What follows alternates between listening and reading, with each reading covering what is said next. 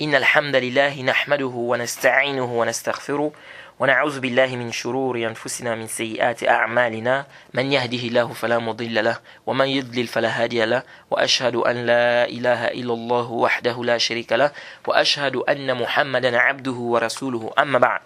On remercie Allah subhanahu wa ta'ala pour ses biens, ses grâces, tout ce qu'il nous accorde. Et on lui demande de déverser ses grâces, ses bénédictions sur le prophète Mohammed sallallahu alayhi wa sallam, sa famille, ses compagnons et tous ceux qui les ont suivis jusqu'au jour de la rétribution. Alors, on s'excuse d'abord par rapport au cours précédent. Vous avez certainement remarqué qu'on a eu un problème d'enregistrement. Le cours a été suspendu. C'est-à-dire qu'il y a eu un problème de quoi? D'enregistrement. Jade. Alors, on s'est arrêté sur le fait de maudire quelqu'un de manière spécifique. Jade. Le fait de maudire quelqu'un de manière spécifique. On a rappelé la divergence des savants par rapport à cela. Et on est toujours sur notre annulatif qui est l'annulatif 1. Jade, le shirk. Jade. Et on a parlé du hadith du prophète où il a dit que Allah a maudit celui-là qui égorge pour autre qu'Allah. Jade. Et on a traité le sujet du fait, c'est-à-dire la question qui a un rapport avec le fait de maudire quelqu'un de manière spécifique. Et on a dit qu'il y a une divergence des savants, on a ramené la divergence des savants, on a dit que ce qui était juste, qui était soutenu par des preuves, c'est qu'il est permis de maudire quelqu'un de manière spécifique. Jade. En guise de quoi? De menace mbab zajar. Jade. Allahu ta'ala a'lam. Alors, comme on a dit, le fait d'égorger pour autre qu'Allah, c'est quoi? C'est du shirk. Et on a déjà dit que le shirk est divisé en deux. Jade. Nous avons le grand shirk, bien le grand kufr, dans la grande association, la grande mécréance, et la petite association, la petite mécréance. La grande association, bien la grande mécréance, comme le fait d'invoquer les morts, n'est-ce pas, égorger pour autre qu'Allah, n'est-ce pas, accrocher les gris-gris, les amulettes, soit pour la protection, soit pour le commerce, c'est-à-dire pour attirer les clients, en guise, c'est-à-dire que celui qui le met, il pense, n'est-ce pas, que c'est ce qui protège indépendamment d'Allah, n'est-ce pas? Et que c'est ce qui lui apporte des clients indépendamment d'Allah. C'est-à-dire qu'Allah n'a aucune prise dans ça. Ça, c'est du grand shirk, kufr akbar, shirk akbar. Celui qui fait ça, il est kafir. C'est quelqu'un qui attache les gris-gris ou les talismans, n'est-ce pas, pour la protection. Et il pense que c'est ce qui protège indépendamment d'Allah. C'est pas Allah qui protège, mais c'est ça là qui va le protéger. C'est-à-dire qu'Allah n'a aucune emprise dans ça. Ici, là, lui, il est quoi? Il est kafir, mushrik. Il est kafir, c'est un mécréant, il sort de l'islam. Jade. Mais quant à celui qui va attacher le talisman ou le gris-gris, il dit que c'est Allah qui protège, mais que le gris-gris ou le talisman, ce n'est qu'une cause. Ici, là, il a fait le shirk asghar. Il a fait le petit shirk. Jade. Il a fait quoi? Il a fait le petit shirk. Alors, le prophète Mohammed sallallahu alayhi wa sallam a dit quoi? Man allaqa tamima faqad ashrak. Celui qui va attacher un talisman, il a fait quoi? Il a fait le shirk. Et on a détaillé ce hadith dans le kitab Tawhid. Parmi les choses qui rentrent dans le shirk, là ici je vais citer ici les différentes formes de shirk. Jade, que ça soit du grand shirk ou que ça soit du petit shirk. Jade. Ici nous avons ce qu'on appelle la superstition, parce que le musulman doit s'écarter de toute forme de shirk. Même si on sait que quoi? Le shirk qui fait sortir de l'islam, c'est le shirk akbar, dont le cheikh est en train de parler ici. Jade. Nous avons aussi parmi les choses qui rentrent dans le shirk, on a la superstition. Il ne faut pas balayer le salon la nuit, il ne faut pas couper les ongles la nuit, il ne faut pas vendre l'aiguille la nuit, il ne faut pas commencer, n'est-ce pas, ton commerce par un bon. Vous allez voir beaucoup de boutiquiers comme ça, beaucoup de commerçants. Lorsqu'il ouvre la boutique le matin, très tôt, si le premier client il vient demander un bon, il dit je ne vais pas te donner un bon parce que je n'ai encore rien vendu. Donc c'est-à-dire lui, quand il dit ça, qu'est-ce qu'il a dans sa croyance? Il se dit que s'il commence son commerce par un bon, ça veut dire que toute la journée est gâtée. C'est-à-dire que toute la journée il n'aura pas un bon profit dans ce commerce-là. Pourquoi? Parce qu'il a commencé par un bon. D'autres même, c'est quoi? Il ne peut pas te vendre quelque chose de dérisoire. C'est-à-dire quelque chose qui a un prix dérisoire. Et si tu viens maintenant, tu vas acheter quelque chose avec un prix, avec 25, ou bien 50, ou bien même 100 francs. Jade, il te dit qu'il n'y a pas. Il te dit quoi? Il te dit qu'il n'y a pas. Ou bien même, il y en a, mais il te dit, je n'ai encore rien vendu, je ne peux pas te vendre ça d'abord. Il faut d'abord attendre. Tu te demandes mais il a quel problème? Pourquoi? Parce qu'il s'est dit que si la première chose qu'il vend quand il a ouvert sa boutique, c'est quelque chose de dérisoire, donc c'est quelque chose qui coûte par exemple 25 ou 50, pour lui ça veut dire que toute la journée il ne va pas gagner quoi? Il n'aurait pas un bon bénéfice. Tout ça c'est quoi? C'est du shirk asghar. Ça rentre dans quoi? Dans le théorème que le prophète a dit, at-théorot shirk. La superstition c'est du shirk. On ne doit pas balayer le sang la nuit, on ne doit pas faire sortir les choses la nuit. Il y en a comme ça, plein. Quelqu'un vient demander quelque chose, il dit non, non, non, non, non, on ne fait pas sortir les choses la nuit. Si quelqu'un vient vous demander quelque chose ici à la maison, il faut donner ça le matin. La nuit, on ne fait pas sortir les choses. Pourquoi? Parce qu'on pense que non, si on fait sortir les choses la nuit, il y aura un malheur. Si on balaye le salon la nuit, il y aura un malheur. Beaucoup de choses, des conceptions qui rentrent dans le shirk. Tout ça, ça fait partie de quoi? Du shirk. C'est pourquoi on dit que le musulman doit s'écarter de quoi? Il doit s'écarter de toute forme de shirk. Parce qu'on va voir que les savants, ils ont même divergé. Le verset où Allah dit Inna Allah la yaghfiru an yushraka bihi wa yaghfiru ma duna zalika liman yasha. Qu'Allah ne pardonne pas quiconque lui donne des associés, mais à part cela, il pardonne à qui il veut. Les savants ont divergé même sur ce verset-là. Est-ce que le petit shirk rentre dedans, oui ou non? Et on va détailler ça, Inch'Allah. C'est venu dans un hadith Qudsi. Hadith d'Abu Huraira. Le hadith Qudsi, c'est-à-dire qu'on dit hadith divin. Et le hadith divin, c'est un hadith où le prophète Mohammed sallallahu alayhi wa sallam dit quoi? Il dit Allah subhanahu wa ta'ala a dit. Et le hadith Qudsi, c'est pas comme certains disent que les sens, ça vient d'Allah et les paroles viennent du prophète Mohammed sallallahu alayhi wa sallam. Les paroles ne viennent pas d'Allah. Non. Vous voyez, parce que beaucoup viennent avec cette définition-là. Si on ne fait pas attention même, ça c'est proche même de quoi? Des conceptions des Asha'ira. Parce que les Asha'ira, qu'est-ce qu'ils font les Asha'ira là? Ils vont te dire qu'Allah subhanahu wa ta'ala parle. Et quand ils te disent qu'Allah parle, c'est quelle parole? Ils te disent en fait c'est la parole intérieure. C'est la parole. Alors que les gens de la Sunna ont dit quoi? On dit qu'Allah subhanahu wa ta'ala parle avec des lettres. Bissaut, avec des voix. Ce n'est pas quoi? Ce n'est pas comme les Asha'ira, ils disent que c'est quoi? C'est la parole intérieure. C'est-à-dire quoi la parole intérieure? Ils te disent que par exemple là, tu peux dire à quelqu'un par exemple, tu te dis au fond de toi ceci ou cela. Ou je me dis au fond de moi ceci ou cela. Mais tu te dis comment? Est-ce que c'est avec la parole? C'est-à-dire que tu as fait sortir des lettres? Non, c'est au fond de toi. Donc ils disent ici que Allah parle, mais c'est cette parole-là dont il est question. Un groupe de Asha'ira, il dit ça. C'est-à-dire quoi? Que Allah parle, mais c'est de cette parole-là dont il est question. C'est-à-dire Allah ici il parle, mais c'est pas une parole qui est quoi? Ce n'est pas une parole qui est quoi? Masmou'. Et ça c'est quoi? Ça contredit la croyance des gens de la Sunna. Lorsque Allah a parlé à Moussa, Moussa a entendu. Il a entendu quoi? Quand Allah a appelé Moussa, il a entendu. Comment on va dire que non, c'est une parole intérieure? Non. Ce n'est pas une parole. Ça c'est un mazhab qui est quoi? Qui est batil.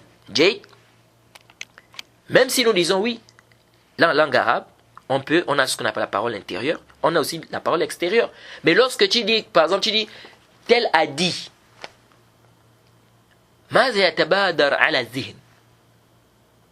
c'est-à-dire, qu'est-ce qui vient directement dans ta pensée? Lorsque je viens, par exemple, je te dis, Ibrahim a dit. Est-ce que ici tu comprends que Ibrahim a dit, ça veut dire qu'il a dit dans son cœur? Ou bien tu comprends qu'Ibrahim a dit, c'est-à-dire, par sa bouche, il a eu à dire. Est-ce que vous voyez un peu? Donc ici, il faut faire faut faire très attention ici. Lorsque Allah subhanahu wa ta'ala, Allah nous informe dans son Coran qu'il parle clairement. Pourquoi? Parce que c'est la parole d'Allah, donc Allah a parlé ça. Bisaut, avec une voix, bi huruf, des masmou', c'est avec des huruf, des lettres. Ce n'est pas quoi la parole intérieure comme beaucoup pensent. Ça c'est quoi? C'est une fausse et c'est une mauvaise conception. Donc venez dire, donc beaucoup de gens, parmi les Asha'ira, quand ils viennent avec, c'est là où ils viennent pour embrouiller les gens. Ils viennent avec le hadith Qudsi là. Quand on va venir dire que non, le hadith Qudsi, c'est-à-dire le sens vient d'Allah, mais la parole ne vient pas d'Allah, ils disent voilà, c'est ça même, c'est ce qu'on vous dit depuis. On vous dit quoi? Que le sens, le Coran là, le sens, ça vient d'Allah. C'est-à-dire Allah a parlé ça, mais il a parlé ça au fond de lui. Maintenant, les lettres là, les paroles là, non. On dit que tout ça c'est quoi? Kalamun batil min abdal batil. Et peut-être on reviendra sur cela, on va détailler cette question, Inch'Allah. Comme je vous ai déjà dit, si on fait le sharh de quoi? De Qawaid de Muslim ou bien de Aqidatu Wasitiyya, si Allah nous donne une longue vie et du temps libre. Parce que je suis en train de voir entre les deux livres, je veux voir ce que je vais enseigner si Allah nous donne du temps libre et une longue vie. Bref, le hadith Qudsi, la parole vient d'Allah, le sens vient d'Allah. On ne dit pas que le sens vient d'Allah, mais la parole ne vient pas d'Allah. Non, le prophète dit, et même le dalil qui montre que la parole vient d'Allah, c'est quoi? C'est que le prophète dit, Qala Allahu Ta'ala, Allah a dit. Le prophète dit, Qala Allahu Ta'ala, Allah a dit. Donc c'est la parole d'Allah. Mais sauf qu'il y a une différence entre le hadith Qudsi et le Coran. Et dans plusieurs points, plusieurs aspects. Comme par exemple, que celui qui lit un verset du Coran, il a combien? 10 récompenses. Une lettre du Coran, il a combien? 10 récompenses. Ce n'est pas le cas pour celui qui lit, n'est-ce pas, une lettre dans le hadith Qudsi. Le Coran, on lit ça dans la prière. Et on psalmodie le Coran. Le hadith Qudsi, non. Quelqu'un quelqu'un ne va pas maintenant venir dans la prière après avoir lu la Fatiha, il prend le hadith Qudsi. Il dit قال الله تعالى إن أغنى الشركاء عن الشرك من عمل عملا أشرك فيه معي غيري تركته وشركه الله أكبر. Après il va au ruku. Non, ça c'est quoi? Bid'a. Hein? Ça c'est quoi? C'est bid'a qu'il a amené dans la prière. Donc ici l'on dit il y a une différence, il y a plusieurs points, il y a plusieurs choses qui différencient le hadith Qudsi du Coran. Jade. Mais on dit la parole c'est la parole d'Allah. Jade. Le prophète Mohammed dans ce hadith Qudsi dit qu'Allah subhanahu wa ta'ala a dit Ana aghna shuraka ani shirk man amila amalan ashraka fihi ma'i ghairi taraktuhu wa shirka. Le hadith est dans le Sahih Muslim. Le prophète Mohammed sallallahu alayhi wa sallam il dit ceci que je suis celui qui me dispense des associés, celui qui va faire un acte, Jade, ou bien une action, il m'associe à l'intérieur avec une autre personne, ou bien s'il m'associe à l'intérieur, ici je fais quoi? Je le délaisse avec son shirk. Jade, Allah dit quoi? Je suis celui qui me dispense des associés, celui qui fait un acte, qui m'associe à l'intérieur, n'est-ce pas? Je l'abandonne avec autre, ou bien qui m'associe à l'intérieur, je l'abandonne avec son shirk. Jade, le hadith est rapporté dans le Sahih Muslim. Jade, ça nous montre quoi? L'ostentation. L'ostentation, ça fait partie du shirk asghar, le petit shirk. Hein? Le musulman doit s'écarter de l'ostentation. Quelqu'un maintenant, il veut faire la prière. Il est rentré dans sa prière. Allahu Akbar. Son intention, c'est de lire Qul Huwallahu Ahad. Hein? Après la Fatiha, il va lire quoi? Qul Huwallahu Ahad.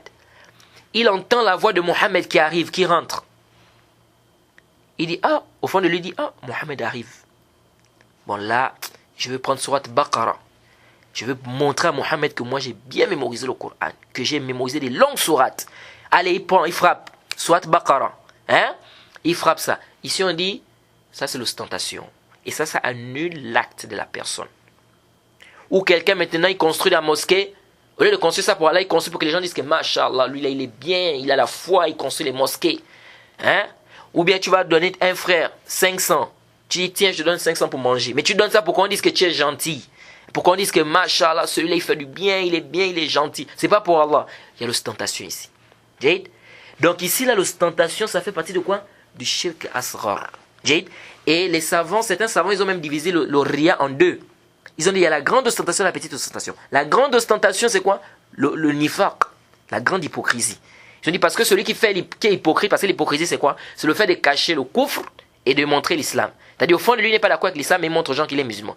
Il dit celui-là, il est tombé dans la grande ostentation. Pourquoi? Parce que ici, il fait ça pour les gens. Pour que les gens, c'est-à-dire les gens vont voir qu'il est musulman, alors qu'en réalité, il n'est pas avec les musulmans, il n'est pas d'accord avec l'islam. Ils disent que c'est la grande ostentation. La petite ostentation, c'est ce comme on vient à peine de citer ici. Jade, tu fais un acte d'adoration pour autre qu'Allah subhanahu wa ta'ala. C'est-à-dire tu fais ça pour que les gens, en fait c'est pas pour Allah mais c'est pour que les gens puissent te dire quoi? Que ce que tu es en train de faire là c'est quoi? C'est bien. Jade, ça rentre dans quoi?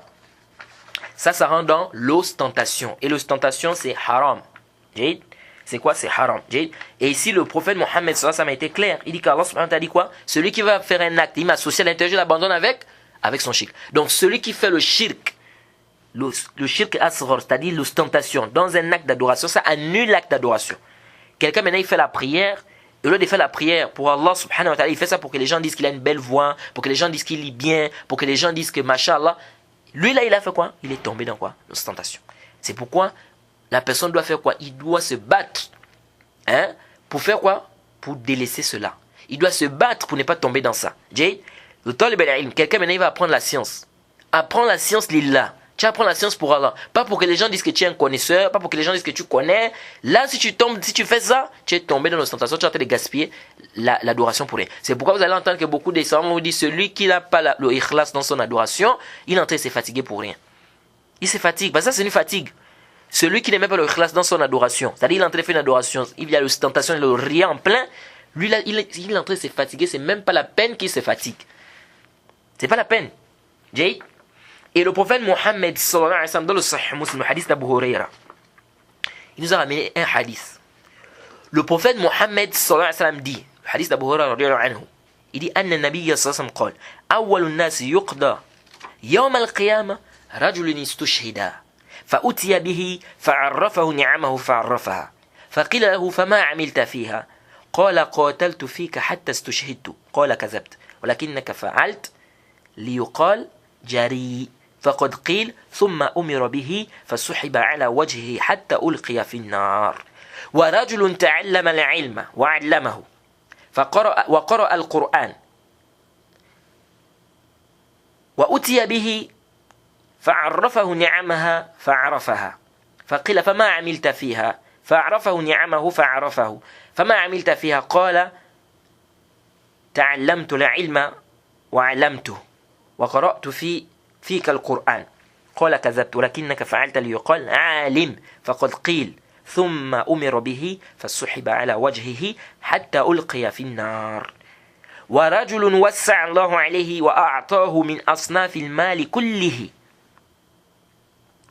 فأتي به فعرفه نعمه فعرفها فقيل له فما عملت فيها قال ما تركت من سبيل تحب أن ينفق فيها إلا أنفقت فيها لك فقال كذبت ولكنك فعلت ليقال جواد فقد قيل ثم أمر به فسحب على وجهه حتى ألقي في النار. Ça c'est un hadith qui est sahih muslim, un long hadith où le prophète dit les premières personnes qu'on va juger Yom al-Qiyamah, un homme qui est mort dans le djihad. On va faire venir cette personne, on va lui dire Allah t'a accordé des biens, qu'est-ce que tu as fait de ces biens? Il va dire quoi? J'ai fait le djihad, j'ai combattu pour toi, oh Allah subhanahu wa ta'ala. Et Allah va dire, tu es un menteur. Tu as fait ça pour qu'on dise que tu es vaillant, tu es courageux. Et ça a été dit. Puis on a ordonné qu'on le tire par son visage, on l'a balancé en enfer. Subhanallah. On l'a balancé en enfer. Regardez quelqu'un dans le djihad. Allah dit quoi? Tu as fait pour qu'on dise que tu es vaillant et courageux. Et Allah dit quoi? Waqad qil. Et ça a été dit. Hein? Et les gens ont dit cela. Les gens ont dit cela. Et le prophète dit quoi? Un homme qui a appris de la science. Il a appris, il a eu de la connaissance. Et il a lu le Coran. On lui a demandé, Allah t'a accordé des biens, qu'est-ce que tu as fait? Il a dit quoi? J'ai appris la science pour toi, oh Allah. Et j'ai enseigné pour toi, oh Allah. Et j'ai lu pour toi le Coran. Allah a dit, c'est faux. Tu as fait ça pour qu'on dise que tu es un connaisseur. Tu es un savant. Tu as lu le Coran pour qu'on dise que tu connais, tu es un lecteur. Et ça a été dit. C'est-à-dire, les gens ont dit ça. On a ordonné qu'on le tire par son visage, on l'a mis en enfer. Subhanallah, qu'Allah nous en préserve. Regardez, un connaisseur, on l'a tiré en enfer. Il a eu la science, il a enseigné. Il connaissait même le Coran, il lisait le Coran en enfer. Pourquoi? Parce qu'il n'a pas été sincère envers Allah subhanahu wa ta'ala. Il n'a pas fait ça pour Allah subhanahu wa ta'ala. Il a fait ça pour qu'on dise qu'il est connaisseur, il a fait ça pour qu'on dise qu'il sait lire le Coran. Le prophète dit quoi? Que Allah subhanahu wa ta'ala dit quoi? C'est un menteur, on l'a balancé où? En enfer. Regardez ça. Et le prophète a dit quoi? C'est-à-dire, les gens disent que c'est un connaisseur. Les gens disent que c'est un lecteur. C'est ce qu'ils voulaient, non? Ils voulaient que les gens disent que c'est un connaisseur. Les gens ont dit ça. Mais qu'est-ce qui s'est passé à la fin? En enfer. Pourquoi? Parce qu'il n'était pas sincère pour Allah subhanahu wa ta'ala. Et la troisième personne, le prophète dit quoi? C'est quelqu'un qui a accordé beaucoup de biens. De toutes sortes de biens. On l'a fait venir, on a dit, Allah t'a accordé des biens, qu'est-ce que tu as fait de ça? Il dit quoi? Je n'ai pas laissé un chemin dont tu aimes qu'on dépense. N'est-ce pas? Je n'ai laissé aucun chemin que tu aimes, ou je n'ai laissé aucun chemin dont tu aimes qu'on dépense, n'est-ce pas? Sans que je ne dépense à l'intérieur. Allah dit quoi? C'est faux. Tu as fait pour qu'on dise que tu es généreux. Tu as donné des biens, n'est-ce pas? Tu as dépensé pour qu'on dise que tu es généreux. Et ça a été dit, Allah subhanahu wa ta'ala fait quoi? On a ordonné aux anges, on le tirait par son visage et on l'a balancé où? En enfer. Qu'Allah nous en préserve. Regardez ces gens-là. Ils ont fait des actes d'adoration. Mais ça les a conduits en enfer. Regardez ça. Subhanallah. C'est pourquoi l'étudiant en sciences religieuses, il doit vraiment purifier son intention. Purifier son intention. Il doit combattre l'ostentation. Parce que c'est quelque chose qui fait quoi? Qui gâte les œuvres. Et c'est grave. C'est quoi? C'est grave. Le musulman doit faire quoi? Il doit s'écarter de quoi? De ça. C'est pourquoi un musulman, tout acte d'adoration qu'il fait, il doit mettre dans son cœur, dans sa tête, qu'il doit faire ça pour Allah. Ne regarde pas les gens. Les gens vont dire ceci, les gens vont faire... Non, toi ici, tu dois faire ça pour Allah subhanahu wa ta'ala. Tu veux la récompense d'Allah subhanahu wa ta'ala. Ce n'est pas les gens là qui vont te récompenser. Jade. Donc il faut quoi? Il faut être sincère envers Allah subhanahu wa ta'ala. Dans tout ce qu'on fait comme acte d'adoration. Et ici aussi, il y a un was-was qui arrive. Il y a des gens maintenant aussi qui sont embrouillés ici. Il y a d'autres personnes que Shaitan aussi vient embrouiller ici. Attention. Il fait quoi? Tellement il a peur maintenant de faire l'ostentation, il ne fait plus les actes d'adoration. Et ça c'est dangereux. Ça c'est une porte du... C'est-à-dire, là tu as ouvert une porte à Shaitan. Il veut quoi? Il veut faire des sadaqat. Shaitan vient lui... C'est-à-dire, non, si tu fais les sadaqat là, c'est l'ostentation. Tu vas faire ça, tu ne fais pas ça pour Allah, machin. Il garde ça dans la poche. Il veut diriger la prière. Tu vas faire l'ostentation, tu vas faire l'ostentation, tu vas faire l'ostentation. Il ne dirige plus la prière. Il veut construire une mosquée. Non, tu ne vas pas construire la mosquée là pour Allah, tu vas faire l'ostentation, c'est pour ceci. Il laisse. C'est-à-dire, tout acte d'adoration qu'il veut maintenant faire, Shaitan vient l'embrouiller dans sa tête. Oh non, c'est l'ostentation, l'ostentation, l'ostentation, l'ostentation. Et il délaisse ça. Et c'est pourquoi vous allez même voir que certains salafs, ça a été même rapporté de certains salafs vont même dire quoi? Que celui qui laisse une adoration à cause des gens, lui il est tombé dans le ria, dans l'ostentation. Et ils te disent quoi? C'est-à-dire maintenant tu veux prier. Ah non, les gens vont dire ceci, les gens vont faire cela, les gens vont dire ceci, j'ai pas. Tu dis moi je ne fais pas. Tu laisses. Tu as laissé à cause de qui? À cause des gens. Ils disent ça c'est l'ostentation. Il dit bah si tu faisais ça sincèrement pour Allah, tu n'as pas laissé à cause des gens. Si tu faisais ça sincèrement pour Allah, tu n'es pas laissé à cause des gens. Ils disaient l'ostentation. Mais ici, on dit quoi? On dit que l'ostentation, quelqu'un qui fait un acte, n'est-ce pas, d'adoration pour autre qu'Allah subhanahu wa ta'ala, ou bien pas pour que Allah subhanahu wa ta'ala soit satisfait de lui, mais pour que les gens, n'est-ce pas, lui font des éloges, etc. Lui là, il a fait quoi? Il a fait l'ostentation. Jade. C'est pourquoi le talib al-ilm, l'étudiant en sciences, ou bien le musulman, il doit faire quoi? Il doit faire les adorations. Il doit combattre l'ostentation. Il ne doit pas se laisser quoi? Se laisser avoir par Shaitan. Il doit combattre l'ostentation. Tu es dans la prière, Shaitan vient pour t'embrouiller. Que non, embellis la voix pour que les gens disent que tu lis bien. Lis telle sourate pour que les gens disent que tu connais le Coran. Il faut que tu chasses ça, que tu combattes ça. Tu as commencé à apprendre ta science. Shaitan vient te dire non, il faut bûcher, il faut mémoriser, il faut faire comme ça pour que les gens disent que tu es un connaisseur. Tu connais, tu as la connaissance. Il faut chasser ça. Parce que ça va te gaspiller quoi? Ça va te gaspiller cette adoration-là. Et tu vas te fatiguer pour rien. C'est pourquoi les savants, ils ont parlé d'une question. Parce que l'ostentation, ça peut venir au début de l'acte, ça peut venir au milieu de l'acte, ça peut venir à la fin. Les savants ont parlé de quoi? Quelqu'un qui commence une adoration par quoi? L'ostentation. L'adoration est gâtée. C'est batil.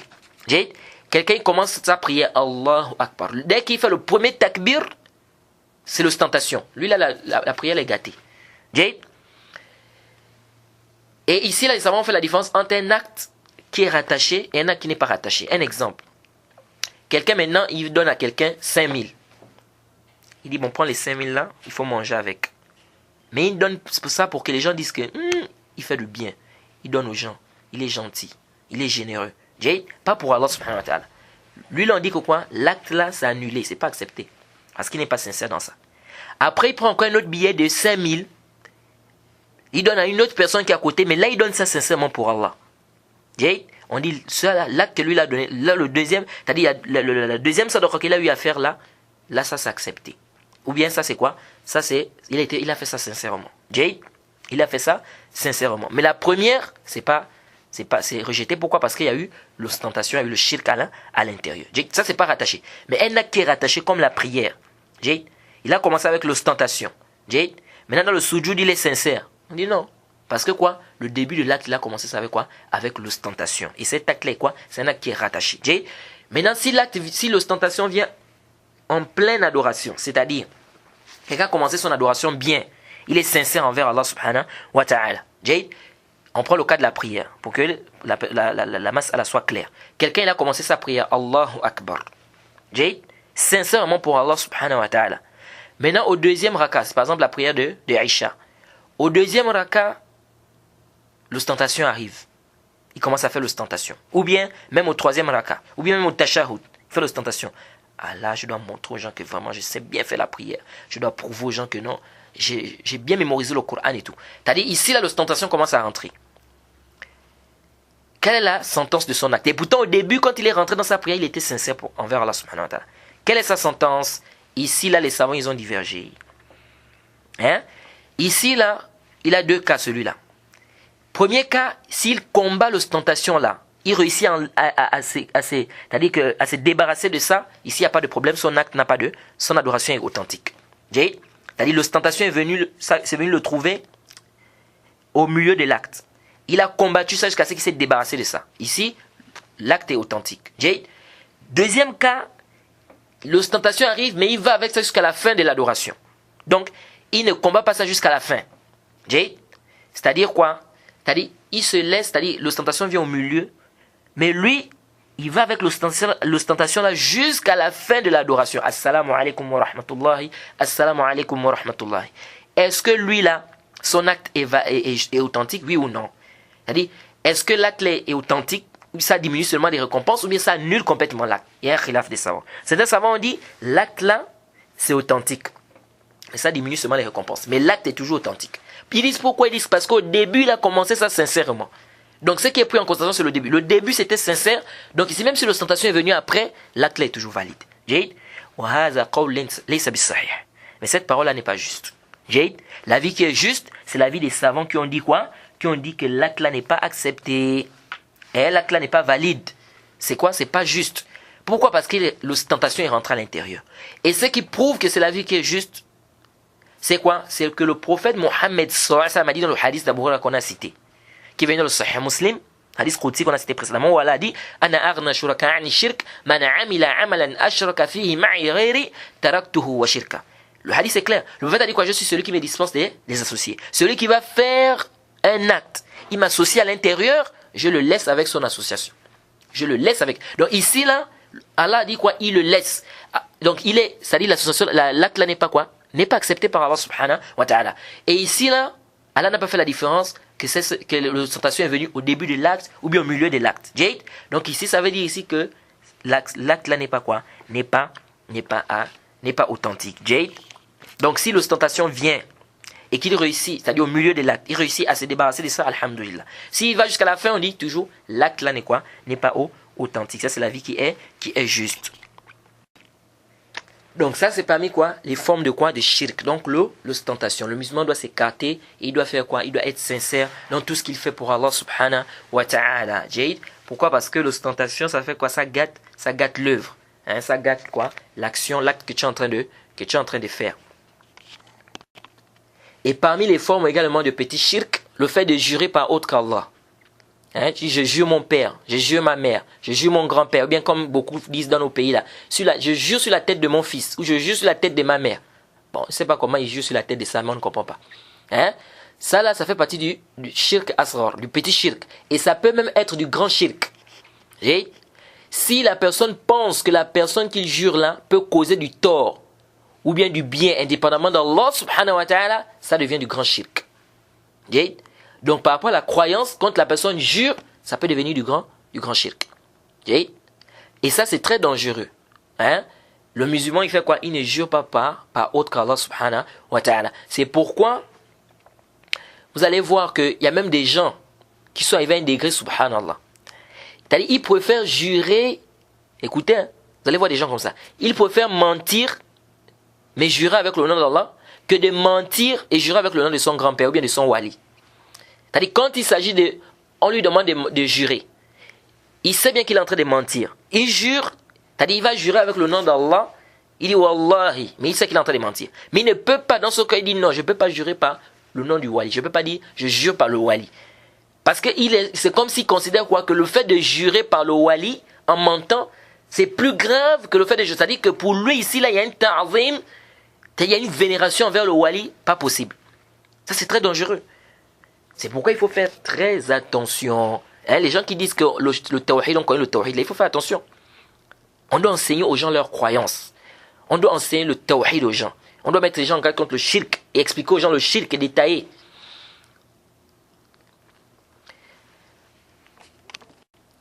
Parmi les choses aussi qui rendent le shirk asghar, le fait de dire quoi? Ce qu'Allah veut et toi. Ce que Allah veut et toi. Ça rentre dans le shirk. Tu dois plutôt dire ce qu'Allah veut puis toi. Car le et, ça fait quoi? C'est mettre la personne à égalité avec Allah subhanahu wa ta'ala. Certains savants vont aussi faire entrer dans le shirk asghar le fait de dire si c'était pas toi, je n'aurais pas ça ou ça. Hein? Si ce n'était pas toi, je ne serais pas comme ça, comme ça. Mais certains savants vont faire entrer ça dans quoi? Dans le shirk asrar. Jade? Mais hadha fihi nazar. Jade? Ce qui est juste, n'est-ce pas? C'est l'avis des savants qui ont fait quoi? Le tafsil. Jade? Parce que beaucoup, vous allez voir ça dans certains livres, vous dire si tu dis là où la foulade, si c'était pas tel, ou bien si c'était pas à cause de tel, je devais être comme ça, ou bien il devait avoir ceci ou cela, beaucoup vont te faire entrer ça dans le shirk asrar, dans le petit shirk. Mais nous disons que l'avis qui est juste dans cette masse-là, c'est quoi? C'est que ça dépend. Il faut faire le tafsil. Ça veut dire quoi ça? Si la personne en disant, si ce n'était pas toi, par exemple, quelqu'un vient et dit, si ce n'était pas toi, n'est-ce pas? Je devais perdre mon travail, par exemple. Ou si ce n'était pas toi, hein? Peut-être je serais mort. Hein? Si ce n'était pas toi, hein? Je ne sais pas comment je devais me soigner. C'est-à-dire, il dit ça, par exemple. Jade, on dit tout dépend de quoi? De l'intention de la personne. Si quand il dit si ce n'était pas toi, il voit par là rien qu'une cause. C'est-à-dire, j'ai dit si ce n'était pas toi, je devais perdre mon boulot, par exemple. Ou bien si ce n'était pas toi, je serais peut-être déjà mort. Il ne voit pas par là que quoi? Que c'est toi qui a fait en sorte que je vive. Non. C'est-à-dire, il voit par là une cause. C'est-à-dire, si ce n'était pas par ta cause, c'est-à-dire, tu as été une cause pour que je me soigne. Hein? Parce que tu m'as aidé, tu m'as donné de l'argent pour aller à l'hôpital, pour prendre les médicaments, etc. Jay? Donc ici, là, on dit quoi? Si la personne, en disant si ce n'était pas toi, lui dans sa tête, ce n'est qu'une cause, ici, ce n'est pas du shirk. Quelqu'un dit si ce n'était pas toi, j'allais perdre mon boulot. Mais lui, dans son cœur, c'est quoi? C'est-à-dire, si tu as été une cause, en fait, pour que je ne perde pas mon boulot. Donc, quand il dit si ce n'était pas toi, il ne voit par là que quoi? Que la cause. Pas que non, c'est lui qui a fait en sorte que je ne puisse pas perdre mon boulot de manière quoi? Indépendante. C'est-à-dire indépendamment d'Allah subhanahu wa ta'ala. On dit non. Là, maintenant, ça devient du kufr akbar. Donc, ici, là, tout dépend de l'intention. Quand tu dis si ce n'était pas toi, quelle est ton intention ici? Si ce n'était pas toi, c'est-à-dire que si ce n'était pas toi, c'est-à-dire que c'est une cause. Ou bien il veut dire par là si ce n'était pas toi, en croyant que quoi? Que c'est lui-même, c'est cette personne-là qui a été quoi? C'est cette personne qui a fait en sorte que quoi? Qu'il est telle ou telle chose, indépendamment d'Allah subhanahu wa ta'ala. Jade? Donc s'il dit, si ce n'était pas toi, je n'aurais pas ceci ou cela. Si ce n'était pas toi, il le dit en pensant que c'est une cause. C'est une simple cause. Ici, c'est pas du shirk akbar. S'il le dit en pensant ici que si ce n'était pas toi, c'est-à-dire que c'est lui, n'est-ce pas, c'est cette personne-là, n'est-ce pas? Il veut dire par là, c'est-à-dire que c'est cette personne-là qui a fait quoi? Qui a fait qu'il est telle ou telle chose, indépendamment d'Allah subhanahu wa ta'ala. C'est-à-dire, c'est même pas Allah subhanahu wa ta'ala qui a fait quoi? Qui a fait cela. Mais c'est tel qui a fait cela. Ici, là, s'il pense comme ça en disant, si ce n'était pas toi, ici, là, c'est du kufr, c'est du shirk. C'est-à-dire, il croit ici que quoi? Que c'est-à-dire que lui, là, indépendamment d'Allah, c'est-à-dire même si Allah subhanahu wa ta'ala, c'est-à-dire Allah subhanahu wa ta'ala ne pouvait rien faire là, il n'y avait que lui, c'est-à-dire c'est à cause de toi, ça c'est quoi? C'est quoi? C'est du shirk ou du kufr akbar. Par contre, s'il dit ça en pensant que c'est une cause, n'est-ce pas? Ce n'est qu'une cause, ici là c'est pas quoi? C'est pas du kufr akbar. Et j'ai entendu une fois le cheikh Ubayd al-Jabiri, hein, hafizahullah, il a fait ce tafsir là. Il a fait quoi? Ce tafsir là. Et ça c'est juste, ça c'est la vie qui est juste. Pourquoi là c'est la vie qui est juste? Parce que c'est soutenu par les dalils. C'est venu dans le hadith de Bukhari et Muslim. Le hadith de Al-Abbas ibn Abd al-Muttalib. Il a dit, قال يا رسول الله هل نفعت أبا طالب بشيء? Il a dit au prophète Mohammed, est-ce que Abu Talib a profité de toi? C'est-à-dire, est-ce que tu as fait profiter Abu Talib de quelque chose? Parce qu'il t'aidait, il te faisait comme il te soutenait, etc. C'est-à-dire l'oncle du prophète Mohammed sallallahu alayhi wa sallam. Qu'est-ce que le prophète a dit? قال النبي صلى الله عليه وسلم نعم وهو في الضحضح من النار ولولا أنا لكان في الدرك الأسفل من النار. Le prophète a dit oui. C'est-à-dire son châtiment fut allégé en enfer. Il est في الضحضح من النار. C'est-à-dire son châtiment fut allégé en enfer. ولولا أنا, si c'était pas moi, لكان في الدرك الأسفل من النار. Il devait être au fin fond de l'enfer. Qu'est-ce que le prophète a dit ici? Le prophète a dit si ce n'était pas moi, donc ça c'est un dalil qui prouve qu'on peut dire si ce n'était pas toi, si ce n'était pas moi, si ce n'était pas ceci. Mais tout en sachant que tu dois mettre dans ta tête que c'est quoi? Tu n'es qu'une cause, ou bien la personne n'est qu'une cause. Pas que c'est la personne qui agit indépendamment d'Allah subhanahu wa ta'ala. Si tu penses que c'est la personne qui a agi indépendamment d'Allah subhanahu wa ta'ala, c'est du kufr akbar, du shirk akbar, tu sors de l'islam. Il faut faire très attention. Que que si la personne croit ici, que quand tu dis si ce n'était pas toi, je ne serais pas vivant. C'est-à-dire tu crois que cette personne-là qui a agi indépendamment d'Allah, c'est-à-dire c'est pas Allah qui a fait, c'est-à-dire Allah n'a rien fait ici, c'est la personne-là qui a agi. Kufr akbar, tu sors de l'islam. Donc ici on dit quoi? On fait la différence de cela. Jade. Donc celui qui dit si ce n'était pas toi en pensant que ce n'est qu'une cause, ici là, il ne tombe pas dans quoi? Dans le shirk. Jade, ça là, il n'y a pas de problème de le faire ou de le dire. C'est permis. Le dalil, c'est le hadith qu'on vient de citer qui est cité dans le Bukhari et Muslim. Jade.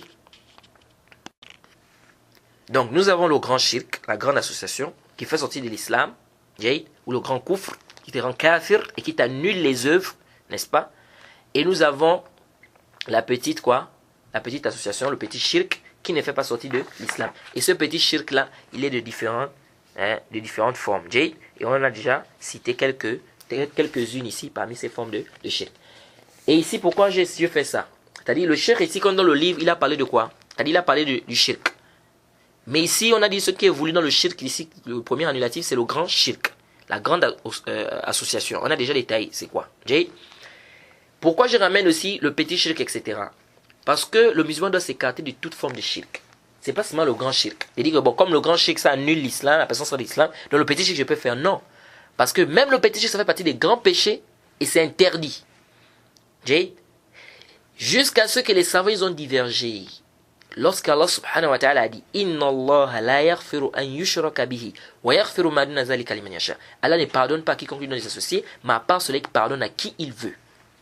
Les savants ils ont divergé sur ce verset-là. Lorsqu'Allah dit qu'il ne pardonne pas à quiconque lui donne des associés, mais il pardonne à qui il veut. Est-ce que ici là c'est seulement le grand shirk ou le petit et le grand rentrent à l'intérieur? Il y a une divergence. Cheikh al-Islam ibn Taymiyyah, il dit le petit shirk rentre à l'intérieur. Le petit shirk rentre dans ce verset. Mais attention ici, intabi. Cheikh al-Islam ibn Taymiyyah, il dit quoi? Il dit celui qui tombe dans le petit shirk, il doit nécessairement être châtié.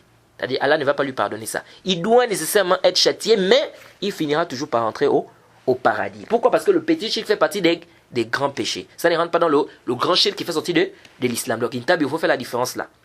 Mais celui qui tombe dans le grand shirk, la grande association, lui il est mécréant, il va éternellement en enfer. Jade, celui qui meurt comme ça, dans le grand shirk, il va éternellement où? En enfer. Jade. Donc il dit, le Cheikh Hassan Temia dit, le verset est général. Les gens ne doivent pas venir comprendre, parce que les gens qui ont mal compris la parole du Cheikh Hassan Temia. Ils ont pensé que le Cheikh Hassan Temia a dit que celui qui fait le petit shirk, il va en enfer éternellement. C'est faux. Cheikh Hassan Temia n'a pas dit que celui qui fait le petit shirk, il va éternellement en enfer. Non. Il dit qu'il doit nécessairement être châtié. Donc quand Allah dit qu'ici qu'il ne pardonne pas, ça veut dire qu'il doit nécessairement être châtié, n'est-ce pas? À cause de ce shirk-là. Donc celui qui a fait quoi? L'ostentation dans la prière. Hein? Ou bien qui a fait tout ce qu'on a cité, il jure par haute kala, etc. Avec les détails qu'on a apportés. Tout ça, celui qui tombe dans le petit shirk là, il fait quoi? Il doit être châtié. Mais il finira par rentrer où? Au paradis. Contrairement aux autres péchés. Les autres péchés comme le zina, le vin, etc. Il est sous la volonté là. Si elle la veut, il le châtie. Si elle la veut, il lui pardonne. Le Cheikh Hassan dit, mais le shirk, le petit shirk, il doit d'abord être châtié, le petit shirk. Mais il finira par entrer au paradis parce que c'est pas du kouf, c'est pas du grand shirk qui ne sort pas de l'islam à travers ça. Mais le grand shirk, éternellement, il est en enfer. Est-ce que vous voyez pas la différence? Pourquoi le Cheikh Hassan ibn Taymiyyah a dit ça? Parce qu'il dit le texte est général. On a dit an yushraka bihi. Ça implique la généralité. Donc ici, elle n'a pas fait la différence entre le grand shirk et le petit shirk. Donc toute forme de shirk, Allah ne pardonne pas ça. C'est pourquoi il faut faire attention. Il faut faire le tawbah. Il faut demander. Le repentir, c'est obligatoire. Je rappelle ça aux musulmans. Le repentir, c'est obligatoire. Allah dit celui qui ne se repent pas, bien ceux qui ne se repentent pas, voici les injustes. Donc ça veut dire que celui qui ne fait pas le tawbah, il est injuste. Donc ça veut dire que c'est un péché. C'est obligatoire de se repentir. Beaucoup de gens, ils font de l'ostentation, mais ils ne demandent pas pardon. Donc des années vont être là, ça passe comme ça, il ne fait pas le tawbah. Non, tu dois demander pardon lorsque tu as fait l'ostentation. Tu dois demander pardon et tu dois faire des efforts d'abandonner ça. Mais les gens prennent ça aujourd'hui comme si c'est quoi? C'est quelque chose à la légère. Alors ici là, d'autres savants ils ont dit non. D'autres savants ils ont dit quoi? Ils ont dit non. Ils ont dit celui qui a commis le petit shirk, comme l'ostentation, ou bien le fait de jurer par haute kala, etc., comme on a déjà cité, il a commis un grand péché. Mais il est toujours sous la volonté d'Allah. Comme les autres grands péchés. Parce que tous les autres grands péchés, tout ce qui est grand péché qui ne fait pas partie du kufr, du shirk akbar, bien du kufr akbar, la personne est sous la volonté d'Allah. Donc ils disent que le shirk asghar, le petit shirk, le shirk asghar, ça fait partie ça fait partie des grands péchés. Ce n'est pas de la grande mécréance.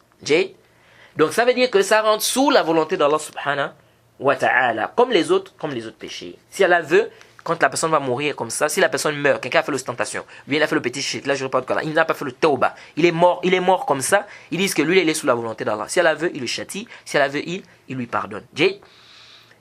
Et ça c'est la vie qui est juste. Ça c'est la vie qui est juste. C'est quoi? C'est que celui qui fait le petit shirk, il est sous la volonté d'Allah.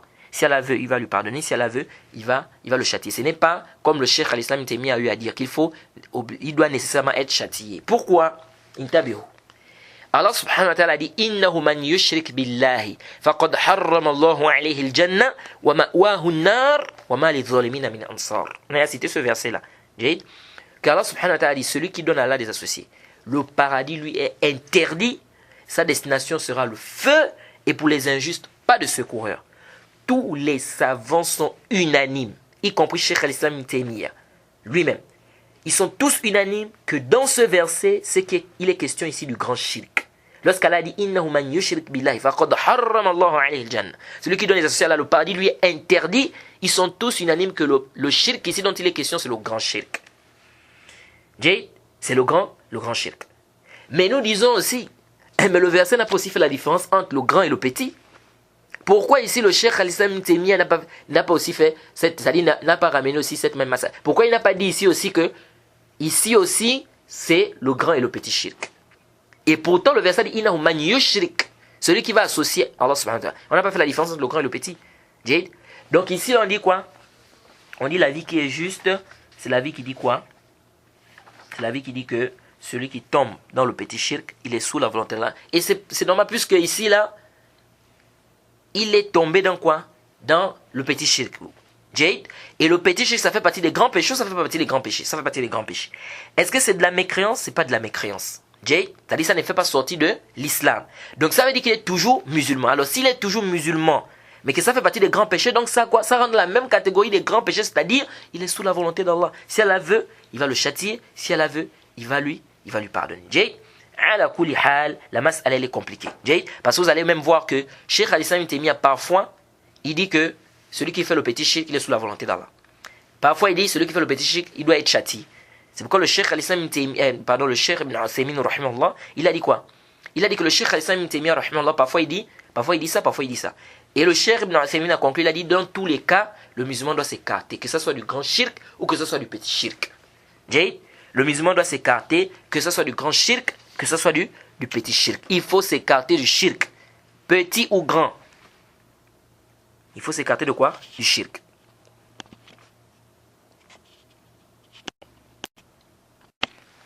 Donc voilà un peu ce qu'on peut dire par rapport aux différentes formes de shirk. Sinon, il y a beaucoup de choses qui rentrent en compte. Il y a beaucoup de formes de shirk. Il y a beaucoup de formes de shirk. Mais ici, là, c'était juste pour que vous ayez déjà une idée de manière globale de c'est quoi le shirk. Qu'il y a le grand shirk, il y a le petit shirk. Et que le grand shirk, ça fait sortir de l'islam. Le petit shirk, ça ne fait pas sortir de l'islam. Le grand shirk, ça annule toutes les œuvres. Le petit shirk, comme l'ostentation, ça annule l'acte, n'est-ce pas, qui est posé, pas toutes les œuvres, n'est-ce pas? Et on a essayé de citer aussi quelques formes de shirk asrar, comme le fait de jurer par autre qu'Allah, comme le fait de faire la superstition et tout. Et on a également détaillé le fait d'attacher les grilles, etc. À quel moment ça peut être du grand shirk, à quel moment c'est du petit shirk. On a un peu essayé de détailler de manière globale ce qu'il faut retenir. Sinon, il y a plusieurs choses qui rentrent ici quand on parle de quoi? Quand on parle des formes du shirk. Le fait par exemple de faire un vœu, un vœu pour autre qu'Allah. Ça aussi c'est des formes de shirk. Beaucoup de formes de shirk qui sont détaillées dans les livres des savants. Mais nous ici c'est de manière globale qu'on a pu donner ça. Donc le shirk dont il est question, que le cheikh est en train de parler ici, c'est quel shirk? C'est le grand shirk. Donc le grand shirk, la grande association, celui qui tombe là-dedans, il sort de l'islam, il est kafirun billahi azza wa jalla. Ensuite, le cheikh ici, il est rentré dans l'annulatif 2. Jahid, l'annulatif 2, il dit Man ja'ala baynahu wa bayna Allahi wasa'it yad'uhum wa yas'aluhum ash-shafa'a kafar ijma'an. Il dit celui qui va mettre entre lui et Allah subhanahu wa ta'ala des intermédiaires. Il invoque ces gens-là, bien ces intermédiaires-là, il leur demande l'intercession, il a mécru par consensus des savants. Wa yatawakkal alayhim, c'est-à-dire il leur demande l'intercession, il place toute sa confiance sur eux, il a mécru par consensus des savants. Donc là, le cheikh ici nous parle du deuxième annulatif, qui est quoi? Le fait de prendre des intermédiaires entre toi et Allah subhanahu wa ta'ala. C'est-à-dire, au lieu d'adorer Allah, au lieu d'invoquer Allah subhanahu wa ta'ala, non, tu invoques le prophète, tu invoques les walis, tu invoques les gens qui sont déjà morts. Tu dis non, comme toi, tu as trop dépassé, c'est l'ambiguïté qu'ils ont. Comme j'ai beaucoup de péchés, donc je ne peux pas ici directement invoquer Allah, mais je vais invoquer le wali, ou bien je vais invoquer le prophète, ou bien je vais invoquer le mort. Lui, comme il était pieux, il est proche d'Allah. Il va prendre ma demande, il va donner ça à Allah subhanahu wa ta'ala.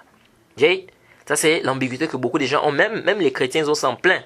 Hein? Tu vas voir maintenant un chrétien, il est en train de faire quoi? Il invoque Marie. Ou bien il invoque, je ne sais pas, l'ange Michael. Et vous voyez même parfois, devant les statues, il se prosterne, il demande, etc. Tu viens, tu dis que, mais comment tu peux invoquer tu invoques Marie, pourquoi? Invoque directement Allah subhanahu wa ta'ala. Il te dit non, tu n'as pas compris. Marie est mon intermédiaire. C'est-à-dire, elle va prendre ma prière et elle va donner ça à Allah subhanahu wa ta'ala. Et il t'amène quoi comme ambiguïté? Ils te disent, si toi tu vas maintenant, tu veux voir le roi, ou tu veux voir le chef du pays, tu vas directement voir le chef comme ça, ou bien tu passes par ses secrétaires. Tu passes par ses secrétaires. Ils disent donc, ça veut dire que si maintenant toi tu veux que Allah subhanahu wa ta'ala exauce ton invocation, il faut passer par ceux qui sont proches d'Allah subhanahu wa ta'ala. Ça, c'est une ambiguïté qu'ils ont et on va refuter ça, Inch'Allah. Le cours prochain, on va revenir sur tout ça et on va essayer de refuter cela. Donc ça fait partie également du shirk. Celui qui fait ça, qui invoque les morts, ou bien les djinns, ou bien qui prend des intermédiaires en dehors de, c'est-à-dire, il met des intermédiaires entre lui et Allah. Au lieu d'invoquer Allah, il invoque le prophète, il invoque les anges, il invoque, je ne sais pas, c'est-à-dire peu importe la personne qui va invoquer en dehors d'Allah subhanahu wa ta'ala, il considère que c'est un intermédiaire entre lui et Allah, il est tombé dans quoi? Il est tombé dans le shirk. Et on va détailler, on va mener un peu plus de tafsil le cours prochain. Donc on va s'arrêter ici. On demande qu'Allah nous facilite, qu'Allah nous pardonne. Subhanaka Allahumma bihamdik, ashhadu an la ilaha illa anta astaghfiruka wa atubu ilaik. Assalamu alaikum wa rahmatullahi wa barakatuh.